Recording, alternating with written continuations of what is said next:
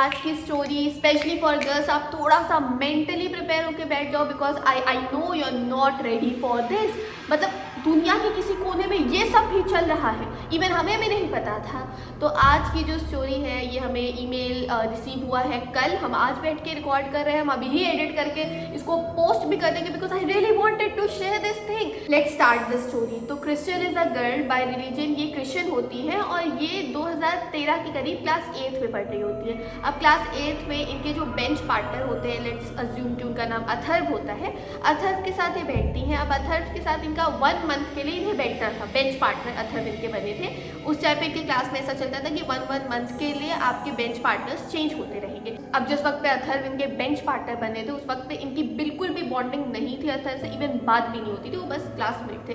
But bench partner बनने के बाद वो लोग 1 मंथ तक एक साथ बैठे, then they became good friends. 1 month के बाद दोनों लोग के बेंच पार्टनर्स अलग अलग हो जाते हैं, बट इनकी बातचीत शुरू हो गई थी। अब by the end of class 8 ही काफ़ी ज़्यादा अच्छे दोस्त बन जाते हैं। फिर 9, 10, 11, 12 क्रिस्टल और अथर्व काफ़ी ज़्यादा क्लोज और काफ़ी ज़्यादा अच्छे बेस्ट बडीज़ बन जाते हैं। मतलब फिर ऐसा हो जाता है कि पूरे स्कूल को पता होता है कि they are just best buddies, बहुत ज़्यादा अच्छे दोस्त बन जाते हैं। क्रिस्टल का एकदम हमेशा से डिसाइडेड था कि उन्हें BSc नर्सिंग ही करना है, उन्हें नर्स ही बनना है। तो क्रिस्टल ने क्लास 12 के एग्जाम दिए, शी स्कोर्ड गुड मार्क्स। उसके बाद उन्होंने BSc नर्सिंग के लिए एक अच्छी प्राइवेट यूनिवर्सिटी में एडमिशन ले लिया।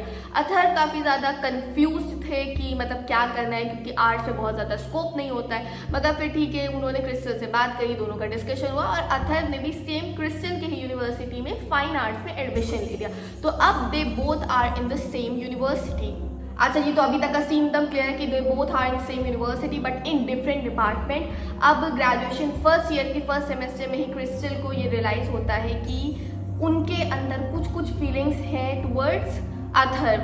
बेसिकली फर्स्ट ईयर में नहीं, क्रिस्टल का कहना है कि उनके मन में हमेशा से अथर्व के लिए कुछ फीलिंग्स थी, हमेशा से थी, जब से वो उनके बेंच पार्टनर बनने से, इवन बेंच पार्टनर बनने से पहले जब वो उनके सिर्फ क्लासमेट थे और उनके बीच कोई बॉन्डिंग नहीं थी, तब से जो हमारी क्रिस्टल है उनके मन में फीलिंग्स थी। But just because crystal is Christian girl और जो अथर्व थे वो हिंदू थे, इन दोनों के रिलीजन अलग थे, तो क्रिस्टल ने कभी कन्फेस किया नहीं और अथर्व की साइड से कभी कुछ वैसा सीन ही नहीं था। अथर्व हमेशा क्रिस्टल को बहुत अच्छी चढ़ी बड़ी वाली फ्रेंड मानते थे। अथर्व की तरफ से एवरीथिंग इज वेरी क्लियर कि कुछ ऐसा नहीं, she is just a very good friend और बेस्ट फ्रेंड।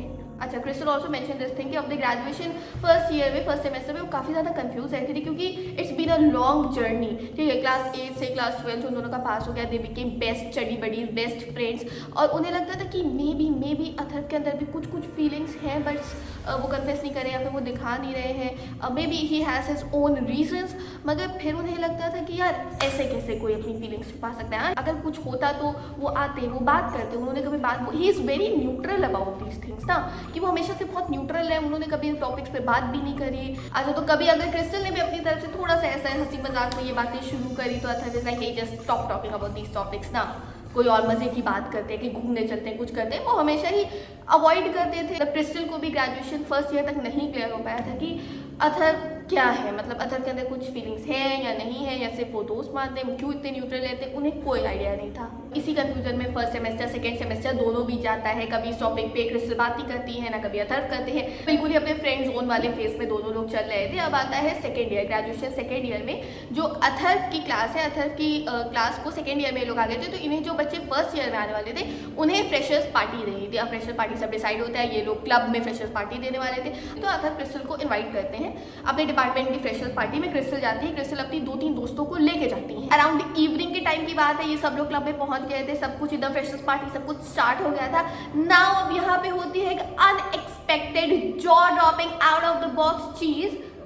अथर्व ने प्रपोज किया क्रिस्टल को। ओह माय गॉड, अथर्व ने घुटनों के बल बैठ के क्रिस्टल को प्रपोज किया। अथर्व द सेम बॉय जो इतने सालों से इतने ज़्यादा न्यूट्रल रहे थे इस चीज़ के बारे में, उन्होंने प्रपोज किया क्रिस्टल को। Crystal is shocked like me, crystal is so shocked, वो वहाँ पे एकदम बर्फ का मुजस्समा बनी खड़ी रही। ओके, तो अब आप लोगों को क्या लगेगा, वाह क्रिस्टल तो हमेशा से यही चाहती थी, अब तो क्रिस्टल एकदम ही हाँ बोल देगी, ओके मुझे रिंग पहनाओ। नहीं, अब क्रिस्टल अगेन एक बहुत ही ज़्यादा अनएक्सपेक्टेड चीज़ करती है, भाग जाती है वहाँ से। क्रिस्टल गुस्सा के अपनी दोस्तों को लेके वहाँ से भाग जाती है। वो अथर्व को कोई जवाब नहीं देती है, वो अथर्व से बात तक नहीं करती है, वो अथर्व बस ड्रिंक लिए बैठे रहते हैं और क्रिस्टल चली जाती है वहाँ से अपने घर। एंड एक्चुअली हमको भी थोड़ा शॉकिंग लगा, क्योंकि अभी तक क्रिस्टल बहुत ज़्यादा परेशान थी, बहुत ज़्यादा कंफ्यूज थी कि अरे यार इसके मतलब मेरे लिए फीलिंग्स क्यों नहीं आ रही, क्या हम अच्छे नहीं हैं, या मतलब क्यों, व्हाट्स द प्रॉब्लम, क्यों नहीं आ रही। बट नाउ अब जब अथर ने खुद कन्फेस कर लिया तो अब क्रिस्टल भाग गई। मतलब this is quite shocking for me too. अभी हमें पढ़ा है कि क्रिस्टल ने मेंशन किया है कि वो कैब से घर जा रही थी, तो पूरे रास्ते वो सिर्फ रो रही थी, मोटे मोटे आंसू बहा के, क्योंकि उन्हें बहुत ज़्यादा बुरा लग रहा था अथर को सबके सामने ऐसे बेइज्जत करके, ऐसे हर्ट करके। उन्होंने कुछ बोला नहीं था बट स्टिल बेइज्जती हो जाती है यार, सामने बंदा आपको प्रपोज कर रहा है, इतनी पुरानी आपकी दोस्ती, इवन कॉलेज में भी उनके फ्रेंड्स और सबको पता था, बट स्टिल क्रिस्टल मना करके, अब कुछ बोल के नहीं गई, गुस्से में गई, ऑब्वियसली वो मना करके गई है, चली गई है। क्रिस्टल पूरे रास्ते रो रही होती है। नाउ क्रिस्टल ऑल्सो मेंशंस कि उन्हें बहुत ज़्यादा हर्ट हो रहा था, मगर उन्हें हमेशा से पता था, मतलब क्लास 8 से जब से उनके मन में फीलिंग्स थी अथर को लेकर, उनको हमेशा से पता था कि हमारा कोई फ्यूचर नहीं है। That's why she never confess her feelings ना। उनको पता था कि उनके पेरेंट्स बहुत ज़्यादा स्ट्रिक्ट है, she is Christian, Athar Hindu थे, तो उन्हें हमेशा से पता था कि उनके पेरेंट्स इतने ज़्यादा स्ट्रिक्ट है, वो कभी भी इंटर रिलीजन मैरिज को नहीं अलाउ करेंगे। और अगर क्रिस्टल ज़बरदस्ती घर से भाग के या फिर उनके खिलाफ जाके शादी कर लेती हैं तो वो हमेशा के लिए अपने पेरेंट्स को खो देगी। वो उनके पेरेंट्स कभी अलाउ करेंगे ही नहीं, और ये उनके एकदम क्लियर था उनके दिमाग में कि नहीं अलाउ करेंगे। तो इसलिए क्रिस्टल ने कभी अपनी तरफ से कन्फेस नहीं किया। अब जब अथर ने किया, अभी तक वो परेशान किया था क्यों नहीं करे, मगर अब जब अथर ने कन्फेस किया तो वो और ज़्यादा परेशान हो गई कि अब वो कैसे कंट्रोल करे। मतलब अब तो चीज़ें बहुत ज़्यादा, काश कि अगर वो दोनों सेम रिलीजन के होते तो चीज़ें कितनी ज़्यादा सही होती, मगर उनके मन में एक ऐसे लड़के के लिए इतनी स्ट्रॉन्ग फीलिंग्स डेवलप हो चुकी हैं जिसके साथ उनका कभी कोई फ्यूचर है ही नहीं। वो अपने पेरेंट्स को, वो जितना प्यार अथर को करती हैं वो उतना ही प्यार अपने पेरेंट्स को करती है। वो अपने पेरेंट्स को नहीं छोड़ सकती है, मगर अब वो अथर को भी नहीं छोड़ सकती हैं। तो क्रिस्टल उसी रात को डिसाइड करती हैं, उनकी फ्रेंड भी उनके साथ उस दिन रात को रुकी थी, वो उसी रात को डिसाइड करती हैं कि now she is never going to marry anyone else. Athar नहीं तो कोई नहीं, वो पेरेंट्स के खिलाफ नहीं जाएंगी, कभी नहीं जाएंगी, मगर अथर नहीं तो कोई नहीं। अब वो किसी भी लड़के से शादी नहीं करेंगी, वो अथर की प्लेस किसी को दे ही नहीं सकती। तो सारी रात क्रिस्टल की सारी चीज़ें डिसाइड करती हैं, एंड फ्रॉम नेक्स्ट मॉर्निंग उन्होंने अवॉइड करना शुरू कर दिया था, इग्नोर करना शुरू कर दिया था अथर के मैसेजेस को, अथर के कॉल्स को। अच्छा, तो अब क्रिस्टल ने पूरा अपनी तरफ से डिसाइड कर लिया था कि दोस्ती को ख़त्म करना है, अपनी तरफ से वो दोस्ती ख़त्म करना चाहिए। इतनी पुरानी दोस्ती, even I think so sad for her, मगर अब वो पूरी दोस्ती को ख़त्म करना चाह रही थी, क्योंकि अब देखो पहले जैसे तो वो बैक टू नॉर्मल पहले जैसे चड़ी बड़ीज नहीं रह पाएंगे, क्योंकि they both have feelings for each other, नहीं रह सकते हैं वो पुराने जैसे दोस्त की तरह। और क्योंकि कोई फ्यूचर नहीं है तो जो क्रिस्टल है वो ऐसा कोई झूठा दिलासा अथर को देना नहीं चाहती है, तो शी डिसाइडेड कि अब वो उनसे कभी बात ही नहीं करेंगी। नाउ फॉर नेक्स्ट 6 मंथ्स उन्होंने अथर की एक कॉल, एक मैसेज, किसी चीज़ का रिप्लाई नहीं किया। इवन उन्होंने कोई क्लैरिफिकेशन भी अथर को नहीं दिया है कि ऐसा क्या हो गया, क्योंकि सेकेंड ईयर के सेमेस्टर एग्जाम्स शुरू होने वाले थे। जो क्रिस्टल थी उन्होंने दोबारा से यूनिवर्सिटी आना जाना शुरू किया। अथर डेली ट्राई करते थे बात करने का, वो एकदम ही क्रिस्टल का कहना है कि वो बात ही नहीं कर सकती थी। अगर वो बात करती, एक दिन भी जाके अगर वो अथर से बात करेंगी तो उनकी नैया बहने लगेगी, तो वो शी कांट कंट्रोल से, वो रोना धोना सब शुरू कर देंगी। तो she is just trying to be so strong, इसीलिए वो बात ही नहीं करती थी। हम ठंडी शुरू हो जाती है दिसंबर एंड में। जो अथर है हमारे, उनका 22nd बर्थडे था। अब अथर के फ्रेंड्स के काफ़ी ज़्यादा कन्विंस करने के बाद, अथर भी क्योंकि काफ़ी ज़्यादा परेशान थी, इतनी पुरानी दोस्ती, चलो ठीक है तुम्हें गर्लफ्रेंड नहीं बनना है, तुम्हें शादी करनी, इट्स ओके, बट जस्ट भी नॉर्मल फ्रेंड्स आप बात करते हैं। अथर के बहुत ज़्यादा कन्विंस करने के बाद, इतने सारे अथर के वॉइस रिकॉर्ड्स और इतना ज़्यादा अथर के मैसेजेस के बाद फाइनली अब क्रिस्टल रियलाइज़ करती है कि क्रिस्टल दोस्ती ख़त्म करके तो नहीं रह पा रही है। वो बहुत ही ज़्यादा परेशान होती जा रही है, अंदर टूटती जा रही है, डिप्रेशन में जा रही है। उनके उस सेमेस्टर एग्जाम में क्रिस्टल, जो कि टॉपर थी अपनी क्लास की, उनके उस सेमेस्टर एग्जाम में 2 सप्ली आई थी, वो पढ़ तक नहीं पा रही थी। इतना ज़्यादा वो परेशान हो गई थी। शी डिसाइडेड कि ओके लेट्स बी नॉर्मल, सब कुछ एकदम नॉर्मल हो जाएगा, हम लोग इतने पुराने दोस्त हैं, हम लोग दोस्त की तरह ही रहेंगे। वो बिल्कुल एकदम कन्विंस हो जाती है, ओके हम तुम्हारे बर्थडे पे आएंगे। अथर भी उन्हें पिक भी करते हैं, वहाँ पे अथर मेक श्योर करते हैं कि वो ऐसा कोई भी डिस्कशन नहीं करेंगे, क्यों वो गुस्साई, क्यों वहाँ से गई, क्या बात रही इतने इस पूरे ड्यूरेशन में 6-8 महीने में, क्या वो अथर ने कोई बात नहीं करी, कोई discussion, he is just very normal कि कुछ हुआ ही नहीं, एवरीथिंग सो नॉर्मल, क्या हुआ है, what a good day. Crystal के कुछ कांच डांस वांस करते हैं, कुछ कांच है, कुछ कांच का टुकड़ा चुप जाता है और काफ़ी ब्लीडिंग स्टार्ट हो जाती है। तो अथर क्या करते हैं, पार्टी चल ही रही थी, एंड नहीं हुई थी, अथर क्या करते हैं कि अपनी ही ही पार्टी छोड़ के वो क्रिस्टल को उनके घर में ड्रॉप कर देते हैं। और इस पूरे रास्ते में भी अथर्व ने कोई ऐसी बात नहीं की थी। दूसरे दिन से ही अथर्व और क्रिस्टल के बीच वापस से वैसी बॉन्डिंग बनने लगी, ठीक है, वापस से वो लोग काफ़ी अच्छे फ्रेंड्स बन गए, सब कुछ बहुत अच्छा हो गया। और 6 महीने की ड्यूरेशन, 6-7 महीना जो भी था ड्यूरेशन में जो भी हुआ कुछ ना अथर्व ने कभी शुरू किया अपनी तरफ से, ना क्रिस्टल ने कभी शुरू किया, तो ये बात कभी आई ही नहीं, इस टॉपिक पे कभी दोबारा डिस्कशन हुआ ही नहीं। अच्छा, तो अभी यहाँ से आपको कहानी बहुत ज़्यादा चटपटी और बहुत ज़्यादा एकदम मज़ा आ रही होगी, बट फ्रॉम हियर जो मेजर पार्ट है हमारा वो शुरू होता है।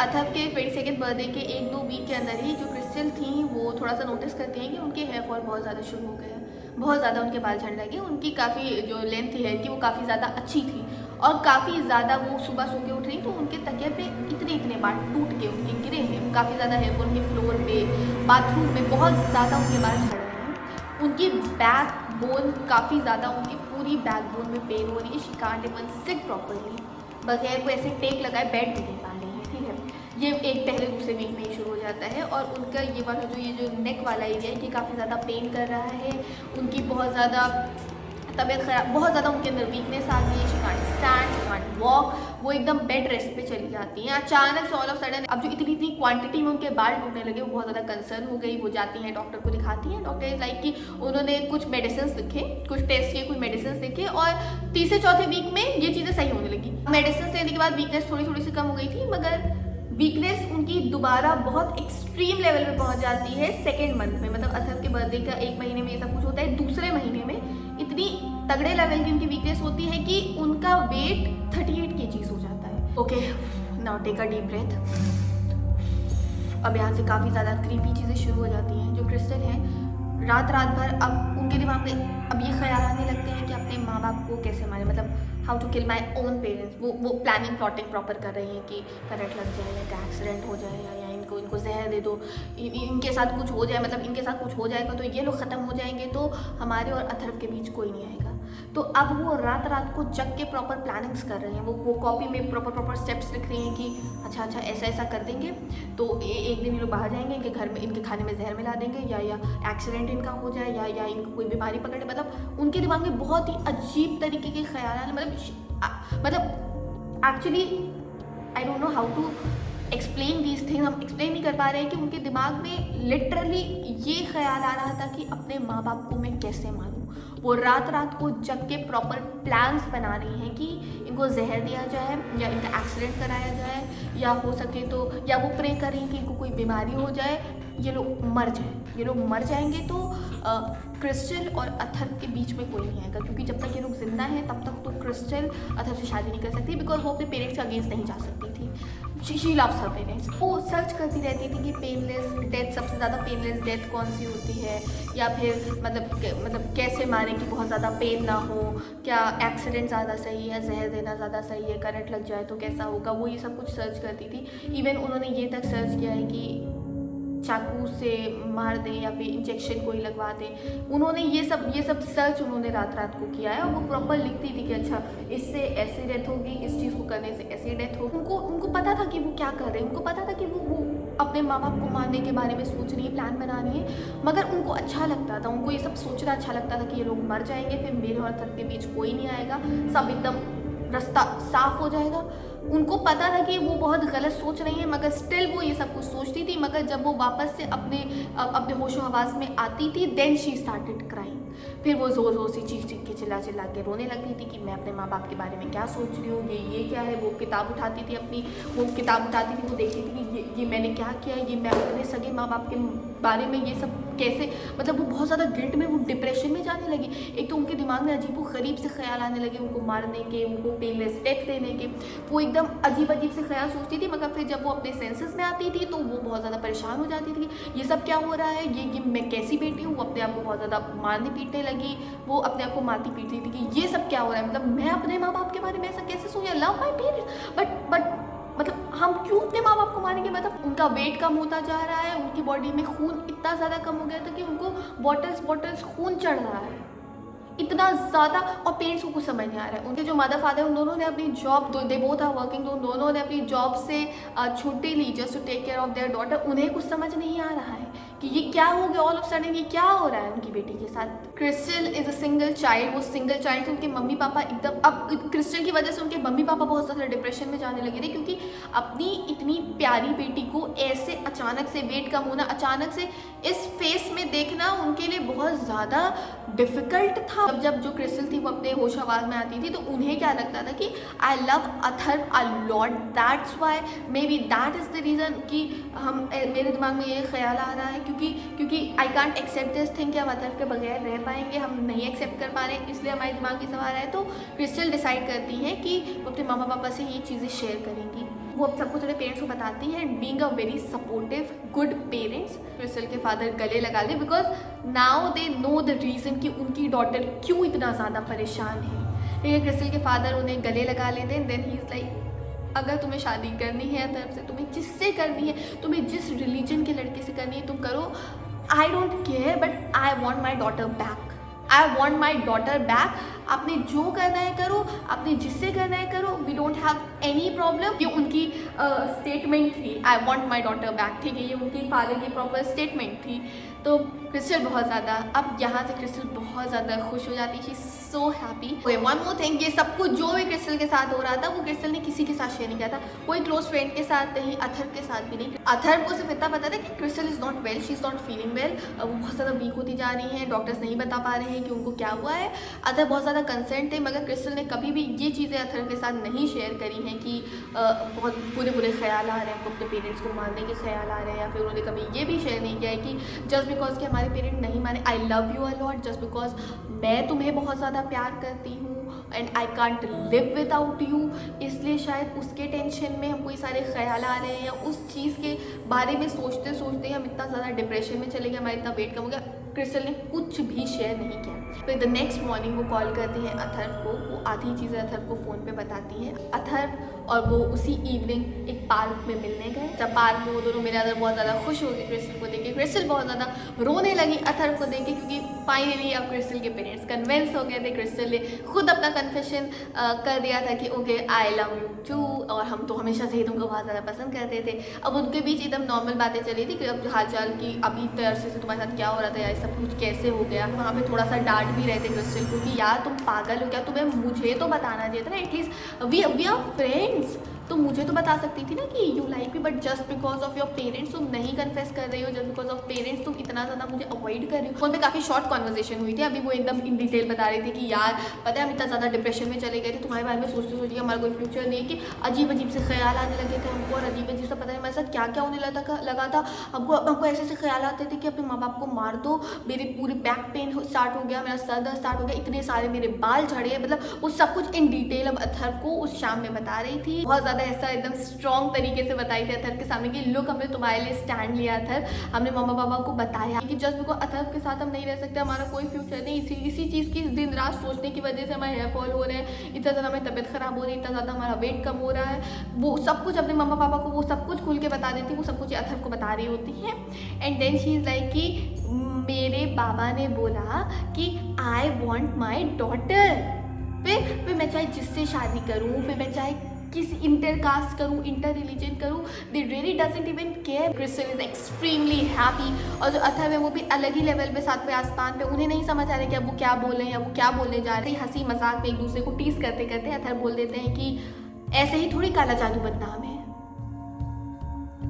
And pin drop silence, pin drop silence. Crystal एक सेकेंड के लिए सन्न रह जाती है, और अथर्व खुद सन्न रह जाते हैं, क्योंकि अथर्व के बस मुंह से निकल गया था। अथर्व कभी बोलना नहीं चाहे तो उनके बस मुंह से निकल गया, मेरी ज़बान से निकल गया। Pin drop silence. क्रिस्टल का दिमाग एकदम ही उड़ जाता है, बल्ब फ्यूज हो जाते हैं उनका। चीज़ लाइक क्या बोला अथर्व? नहीं nothing, it's just a joke. Atharva is like nothing at all. उसी मोमेंट पे बैठे बैठे क्रिस्टल सारे, एक सेकंड के अंदर क्रिस्टल के दिमाग में सारे डॉट्स कनेक्ट होने लगते हैं, सारे डॉट्स कनेक्ट हो जाते हैं। अथर्व के बर्थडे पार्टी पे रो गई थी, क्रिस्टल के पैर पे चोट लगी थी, कांच चुभा था अचानक से। फ्लोर पे कहाँ से कांच आया, वहाँ पे शराब नहीं चल रही थी, कहाँ से कांच आया नहीं पता। क्रिस्टल के चोट लगी, क्रिस्टल का खून बहा था। अथर्व ने क्रिस्टल को घर पे ड्रॉप किया, दूसरे दिन से चीज़ें क्रिस्टल के साथ होना शुरू हो गई। पहले वीक में तबीयत ख़राब हुई, दूसरे वीक में हेयर फॉल हुआ, तीसरे चौथे वीक में अजीब अजीब से ख्याल आने लगे और फिर सिचुएशन बहुत ज़्यादा ख़राब होने लगी, वर्ष होने लगी। ये जो भी क्रिस्टल के साथ हुआ वो सब अथर्व करवा रहे थे काले जादू के थ्रू। क्रिस्टल के पैर में चोट लगी थी, खून वहाँ पे क्रिस्टल का गिरा था, कांच पे या फ्लोर पे जहाँ पे भी था। सेकेंड डे से क्रिस्टल के साथ अजीब गरीब सी चीज़ें शुरू हुई। डॉक्टर्स नहीं बता पा रहे हैं क्या हुआ, इतना हेयर फॉल, ये सब कुछ काले जादू का नतीजा था, क्योंकि कोई क्रिस्टल पे काला जादू करा रहा था। अच्छा, ये जो स्टेटमेंट अथर्व के ज़बान से फिसल गई थी कि ऐसे ही थोड़े काले जादू को हल्के में लिया जाता है, इसके बाद एक सेकंड नहीं लगा क्रिस्टल को सारे डॉट्स कनेक्ट करने में, एक सेकंड नहीं लगा उसकी सारी खुशी, सारी एक्साइटमेंट मट्टी में मिलने में। Forgot to mention this thing कि ये सब कुछ जो क्रिस्टल के साथ चल रहा था, उनके जो पूरे हेल्थ इश्यूज थे, ये सब था। इस दौरान जो क्रिस्टल के बाबा थे उन्होंने चर्च से एक फादर को बुलाया था। चर्च के फादर ने कुछ हिंट्स दिए थे that your daughter is surrounded with some kind of negative energy, मगर इस चीज़ में किसी ने बहुत ज़्यादा गौर दिया नहीं। क्रिस्टल ने भी नहीं दिया, उनके अम्मा बाबा ने भी नहीं दिया। मगर अब जब क्रिस्टल ने ये स्टेटमेंट सुनी कि ऐसे ही थोड़ी काले जादू को हल्के में लिया जाता है, Crystal is numb, she is numb. Literally जिस इंसान के लिए वो पागल हुई जा रही है, जिस इंसान के लिए मतलब लिटरली उसका क्लास 8 का बेस्ट फ्रेंड, जिसके लिए वो इतनी ज़्यादा स्ट्रॉन्ग फीलिंग रखती थी, उस लड़के ने क्रिस्टल के ऊपर काला जादू करवाया था। उसी शाम जब क्रिस्टल उस पार्क से उठ के जाने लगी और अथर्व को लगा कि अब मैं जितना भी कवर कर लूँ क्रिस्टल नहीं मेरी बात मानेगी, उसके सामने सब कुछ एकदम सब कुछ क्लियरली उसे सब कुछ दिख रहा है, क्रिस्टल अब मेरी बात कभी नहीं मानेगी, तो अथर्व बहुत रोता है, बहुत गिड़गिड़ाता है। अथर्व घुटनों के बल बैठ के क्रिस्टल से माफ़ी मांगता है कि आई एम सॉरी, मेरे पास कोई ऑप्शन नहीं था, मैं क्या करता, तुम्हारे पेरेंट्स को मनाना नहीं ईजी था, मैं कुछ भी कर लूँ, मैं जितना भी कमा लूँ, नहीं मानते तुम्हारे parents, that's why take this step. I know ये बहुत ज़्यादा गलत है, तुमने बहुत ज़्यादा सफ़र किया है और लिटरली तुम्हारा वेट जैसे जैसे कम हो रहा था, जैसे जैसे तुम्हारे हेयर फॉल हो रहे थे, जैसे जैसे तुम पीक होती जा रही थी, मैं खुद अपने घर पे रोता था, मैं बहुत ज़्यादा रोता था। ये सब कुछ अथर्व ने बताया, बोला कि मैं खुद बहुत ज़्यादा रोता था कि मैं क्या करूँ। खुदा हमारी स्टोरी भर गई है, स्टोरी को कवर करते हैं कि अथर्व ने बहुत ज़्यादा माफ़ी मांगी, घुटनों के बल बैठ के माफ़ी मांगी, मगर क्रिस्टल ने साफ साफ इनकार कर दिया कि अब कुछ नहीं हो सकता है। क्रिस्टल इसके बाद 1-2 महीने तक चर्च गई, चर्च में उन्होंने फादर से बात करी, उन्होंने अपने माँ बाप को आगे सब कुछ बताया कि काला जादू वाला पूरा सीन बताया। वो प्रॉपर चर्च गए, चर्च में फादर से उन्होंने बात करी, फादर उन्होंने बहुत सारी चीज़ें बताई करने को। 2-3 महीने तक क्रिस्टल वहाँ पे जाती रही, अपना पूरा काला जादू का जो भी था, जो भी नेगेटिव एनर्जी से वो घिरी हुई थी या जो भी था, वो सब कुछ सही हो गया। Now crystal is fit and fine. मगर उसके बाद क्रिस्टल ने कभी भी कनेक्ट नहीं किया, कभी भी बात नहीं करी अथर्व से। अथर्व रोता रहा, बहुत बार रोते रोते उसकी call I, I can't live without you, मगर क्रिस्टल ने साफ साफ इनकार कर दिया। अब क्रिस्टल की नर्सिंग पूरी हो चुकी है, क्रिस्टल किसी हॉस्पिटल में सीनियर नर्स है। अथर्व के बारे में उन्हें कुछ नहीं पता है, अथर्व क्या है, अथर्व कहाँ है। क्रिस्टल इज फाइन, क्रिस्टल की हेल्थ बिल्कुल सही, उन्होंने वापस से दोबारा से वेट गेन कर लिया, अब क्रिस्टल बिल्कुल सही है। क्रिस्टल के मन में कोई भी फीलिंग्स नहीं है अथर्व के लिए, वो सारी फीलिंग्स उसी दिन ख़त्म हो गई थी जिस दिन अथर्व ने ये स्टेटमेंट बोली थी काले जादू वाली। या दैट्स इट। एक्चुअली बहुत सारी बातें करनी थी हमको स्टोरी से रिलेटेड, मगर स्टोरेज नहीं है हमारे फ़ोन में। Okay, so that's it for today's video. खुदा हाफिज़ and okay, let me know आपका क्या ख्याल है, आप क्या सोचते हो, क्या आप करते, आपके कुछ क्वेश्चंस हुए, आप मतलब अच्छा let me know everything in the comment section. आपको स्टोरी कैसी लगी, ये सब जान के कि दुनिया में ये सब कुछ भी चले, because for me it's so strange कि ये सब भी चला है दुनिया में, एक्चुअली लोग ये सब भी कर रहे हैं, ठीक है। अच्छा, अगर आप होते, अल्लाह स्टोरेज मिला, अच्छा अगर आप होते कि अगर आपको अपने फैमिली, रिलीजन या फिर सब प्यार में से किसी को चुनना पड़ता तो आप क्या करते? देखो, for me I am going to choose my parent. देखो, I will never fall for anyone, I know this thing, I am never going to fall for anyone. तो डेफिनेटली हमारी फर्स्ट प्रायोरिटी हमेशा माई पेरेंट का, but for you guys आप क्या करोगे? Okay, just tell me. खुदा हाफिज़। खुदा